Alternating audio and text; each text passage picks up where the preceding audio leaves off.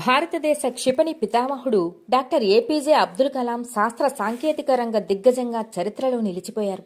1931 October 15న తమిళనాడులోని రామేశ్వరంలో ఓ పేద కుటుంబంలో జన్మించిన ఆయన రాష్ట్రపతిగా దేశానికి అత్యున్నత స్థాయిలో సేవలను అందించారు. దృఢ సంకల్పానికి, అవిరల కృషికి, నవీకరణకు జీవితాంతం చిరునామాగా నిలిచిన కలాం భారతీయ రక్షణ పరిశ్రమ వికాసానికి గొప్ప ఊతమిచ్చారు. అంతరిక్ష, క్షిపణి పరిజ్ఞానాల స్వావలంబనలో కీలక భూమికను పోషించారు.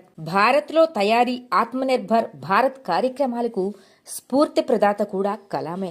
అబ్దుల్ కలాంలో మొదటి నుంచి నిరాడంబరత, జ్ఞానదృష్ట ఉట్టిపడేవి. రక్షణ పరిశోధన అభివృద్ధి సంస్థ ఛత్రంలోని ఏరోనాటికల్ డెవలప్మెంట్ ఎస్టాబ్లిష్మెంట్ లో ఆయన వృత్తి జీవితం మొదలైంది. అక్కడ ఆయన నాంది అనే హోవర్ క్రాఫ్ట్ నమూనా రూపకల్పనకు కృషి చేశారు. అదే ఆయనలోని ఇంజనీరింగ్ ప్రతిభను వెలుగులోకి తెచ్చింది. ఏరోస్పేస్ రంగంపై కలాంకున్న గాఢమైన అనురక్తి ఆయన 1969లో భారత అంతరిక్ష పరిశోధనా సంస్థలో చేరేలా పురుగొల్పింది. కలాం అక్కడ భారత అంతరిక్ష కార్యక్రమానికి పునాది వేసిన ఇన్కోస్కార్ప్ సభ్యుడిగా వ్యవహరించారు. భారతదేశ అంతరిక్ష కార్యక్రమ పితామహుడైన విక్రమ్ సారాభాయ్ను ఆదర్శంగా తీసుకుని కలాం తన రాకెట్ పరిజ్ఞానానికి పదును పెట్టుకున్నారు.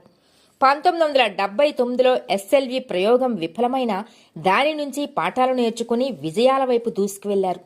1982లో డిఆర్డీఓ డైరెక్టర్గా బాధ్యతలు స్వీకరించిన కలాం 1983 నుంచి integrated guided missile development programme సారథిగా క్షిపణుల తయారీని చేపట్టారు.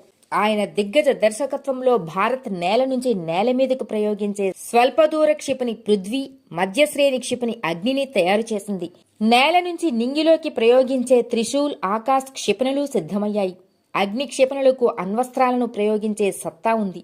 కలాం పర్యవేక్షణలో 1998లో పోఖ్రాన్ 2 పరీక్షలు జరిగి భారత్ అణ్వస్త్ర శక్తిగా అవతరించింది. జై భారత్, జై కలాం.